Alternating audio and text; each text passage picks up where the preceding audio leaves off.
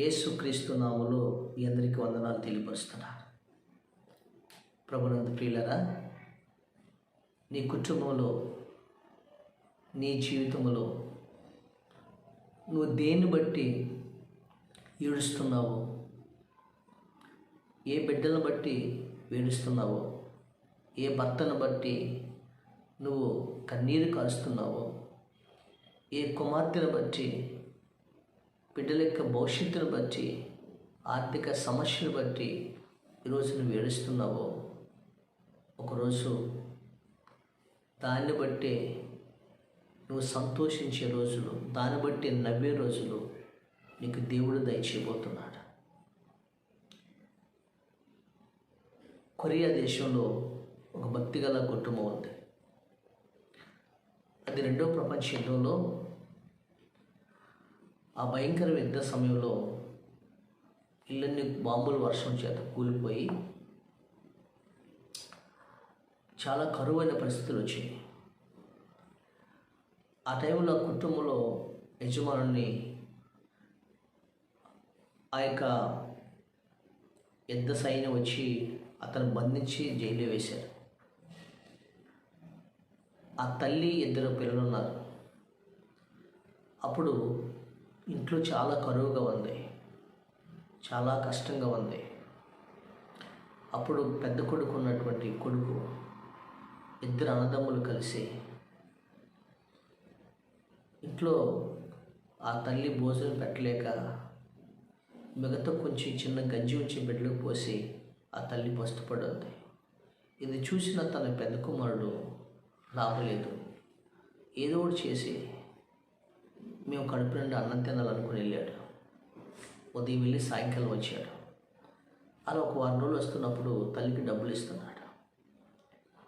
ఆ డబ్బులు ఇస్తున్నప్పుడు భక్తి గల కుటుంబం కదా, ఆ తల్లికి ఇచ్చినప్పుడు తల్లి అడిగింది, ఎక్కడయ్యా ఏ డబ్బులు, ఏం పని చేస్తున్నారు అని అడిగింది. మౌనంగా ఉన్నాడు. ఎక్కడ తెచ్చావు, ఏం పని చేస్తున్నావు అయ్యా అని అడిగింది తల్లి. మౌనంగా ఉన్నాడు. చిన్న కుమారుడు అడిగింది, ఎక్కడ తెచ్చావు అంటే, అన్నయ్య దొంగతనం చేసి ఈ డబ్బులు తీసుకొచ్చి రమ్మన్నాడు.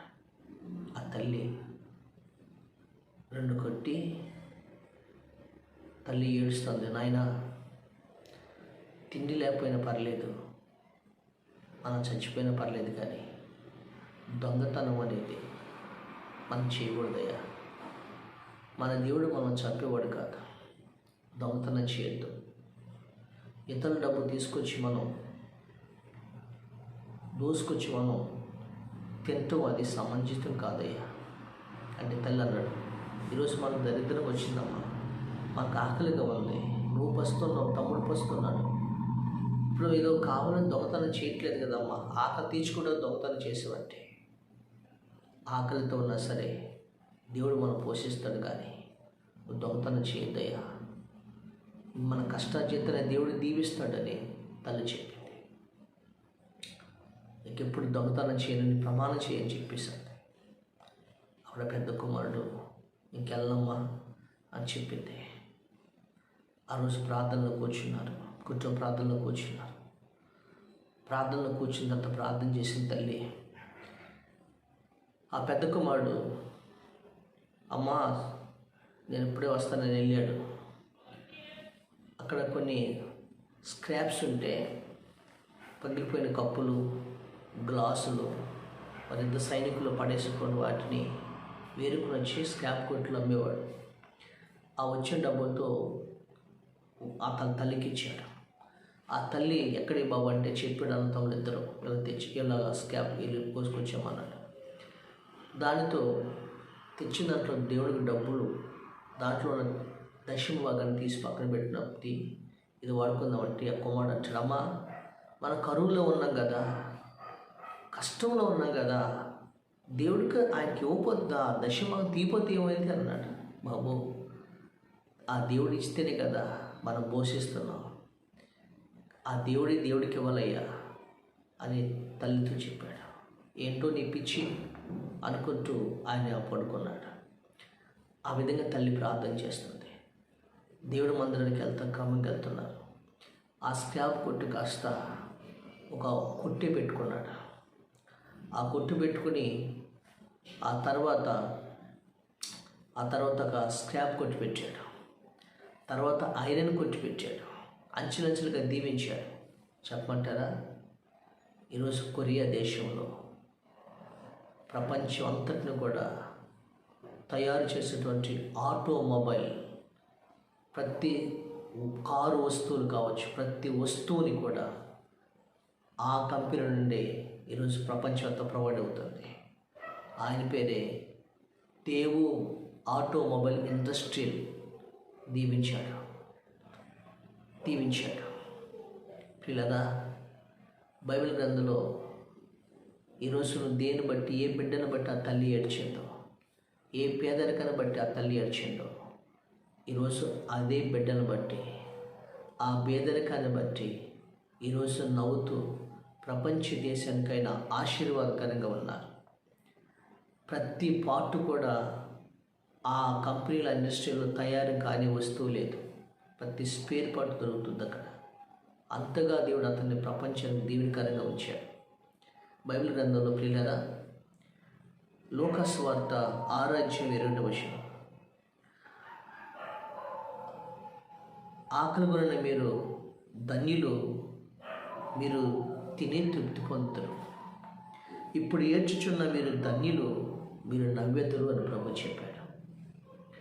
నవ్వెదరు అని చెప్పారు. ఈరోజు అమ్మ, దేవుడు దేని బట్టి నువ్వు ఏడుస్తున్నావు, దేని బట్టి నువ్వు బాధపడుతున్నావు, దాన్ని బట్టి నువ్వు నవ్వే దినాన్ని ప్రభు పోతున్నాడు. ఈరోజు జ్ఞాపకం చేసుకో. ఆ తల్లి ఎన్నో సంవత్సరాలు, సుమారు ఆ తల్లి 75 సంవత్సరాలు, 100 సంవత్సరాల వరకు కూడా ఆ తల్లి ఏడుస్తూనే ఉంది. దేని బట్టో తెలుసండి? తన బిడ్డ కోసం ఏడుస్తుంది. శారా ఏడుస్తున్నప్పుడు దేవుడు ఆమె ప్రార్థన ఆలకించి ఆ వాగ్దాన్ని నెరవేర్చి దేవుడు ఒక చక్కని ఇస్సాకు అనే కుమారుని దేవుడు ఇచ్చాడు. అప్పుడు ఆ తల్లి ఏం పేరు పెట్టిందంటే, ఇస్సాకు పేరు పెట్టింది. ఆ పేరు ఇస్సాకు అంటే ఏంటంటే దేవుడు నాకు నవ్వు కలుగు చేసిన పేరు పెట్టింది. దేవుడు నాకు నవ్వు కలుగు చేశాడు కాబట్టి నన్ను చూసిన వారందరూ కూడా నవ్వెదరు అని పెట్టింది. నేను స్తోత్రం. శారా ఏ బిడ్డల కోసమైతే ఏడ్చిందో, ఏ బిడ్డ కోసమైతే కన్నీరు కార్చిందో, అదే బిడ్డను బట్టి దేవుడు నవ్వు కలుగు చేశాడు. ఈరోజు నీ బిడ్డల వివాహ విషయం ఏడుస్తున్నావా? సంబంధాలు వచ్చి దగ్గరికి వచ్చి పోయి అని ఏడుస్తున్నావా? శ్రేష్టమైన దాని సంబంధానికి ఇచ్చి నీ బిడ్డ వివాహం ఘనంగా చేస్తాడు. ఈరోజు నీ బిడ్డ పాడైపోయి లోక సంబంధంగా తిరుగుతూ ఆడు బ్రతుకు మారడయ్యని ఏడుస్తున్నావా? అదే బిడ్డను బట్టి నువ్వు సంతోషించిపోతున్నావు. అతను గొప్ప భక్తిపరుడుగా, గొప్ప ఉద్యోగం ఇచ్చి దేవుడు దీవించిపోతున్నాడు. నీ భర్త త్రాగుడు బట్టి నువ్వు బాధపడుతున్నావా? ఈ త్రాగుడు బట్టి నీ భర్త కోసం బాధపడుతున్నావా? నీ కన్నీరు ప్రభు చూస్తాడు. ప్రార్థన చేయి. ఏ భర్త అయితే త్రాగుడు బట్టి నువ్వు బాధపడుతున్నావు, అదే భర్తని దేవుడు ఒక భక్తిపరుడైన భర్తగా, ఆ భర్తను బట్టి సంతోషించే రీతిగా దేవుడు మార్చబోతున్నాడు. ఈరోజు నీ కుమారుడి యొక్క ఉద్యోగం కోసం ప్రార్థన చేస్తూ ఏడుస్తున్నావా? ఒక శ్రేష్టమైన ఉద్యోగం ఇవ్వబోతున్నాడు. ఏ బిడ్డను బట్టి అయితే నువ్వు బాధపడుతున్నావో, ఏ భర్తను బట్టి అయితే నువ్వు ఏడుస్తున్నావో, అదే భర్తను బట్టి, అదే బిడ్డను బట్టి, అదే కుమార్తెను బట్టి నువ్వు నవ్వబోతున్నావు. నవ్వు కలిగించే కార్యం దేవుడి జీవితంలో జరిగించబోతున్నాడు. కాబట్టి శారా ఏ బిడ్డను బట్టి అయితే ఏడ్చిందో, ఆ బిడ్డను బట్టి నవ్వింది. ఆకాశ నక్షత్రం వల్ల తన బిడ్డను దీవించాడు. దేవుని స్తోత్రం. రెండవదిగా యోబు గ్రంథం 8:22 చూసినట్లయితే అంటాడు, దేవుడు నాకు నోటి నిండా నవ్వు కలుగు చేసాను అంటాడు యోబు. నాకు నోటి నిండా నవ్వు కలుగు చేసాను అంటాడు యోబు. యోబు సర్వం కోల్పోయాడు. యోబు సమస్తాన్ని పోగొట్టుకున్నాడు. సమస్తాన్ని పోగొట్టుకుని దుఃఖిస్తున్నాడు, బాధపడుతున్నాడు. అలాంటి సమయంలో ఏమన్నాడు? ప్రభు నన్ను అన్యాయం చేశాడు. కొన్ని సమయాలు అన్నాడు, కొన్ని సమయాల్లో నేనేం తప్పు చేశాను, కొన్ని విషయాలు దేవుడి మీద కూడా నేరారోపణ మోపినట్లుగా కొన్ని ఉన్నాయి. చాలా బాధపడ్డాడు. అయితే సర్వం కోల్పోయాడు, ఏడుస్తున్నాడు. ఎక్కడ ధనవంతుడు అక్కడే భేదపడైపోయాడు. అలాంటి సమయంలో ఏబు గ్రంథంలో 42:6 అంటాడు, ఆయన నెత్తి మీద ధూళి పోసుకుని పశ్చాత్తాపడి అంటాడు, ప్రభా నేను అనవసరంగా నేను అపార్థం చేసుకున్నానయ్యా అంటూ ఏబు పశ్చాత్తాపడతాడు. ఎందుకో తెలుసా? ఏబుకి పూర్వము కలిగిన దానికంటే 2 అంతలు అధికముగా దేవుడు దయచేశాడు. Praise the lord. ఏబు ఏ సర్వాన్ని పోగొట్టుకున్నాడో, ఏ సంపదను పోగొట్టుకున్నాడో దాన్ని బట్టి దేవుడు ఏబుని నోటి నిండా నవ్వు కలుగు చేశాడు.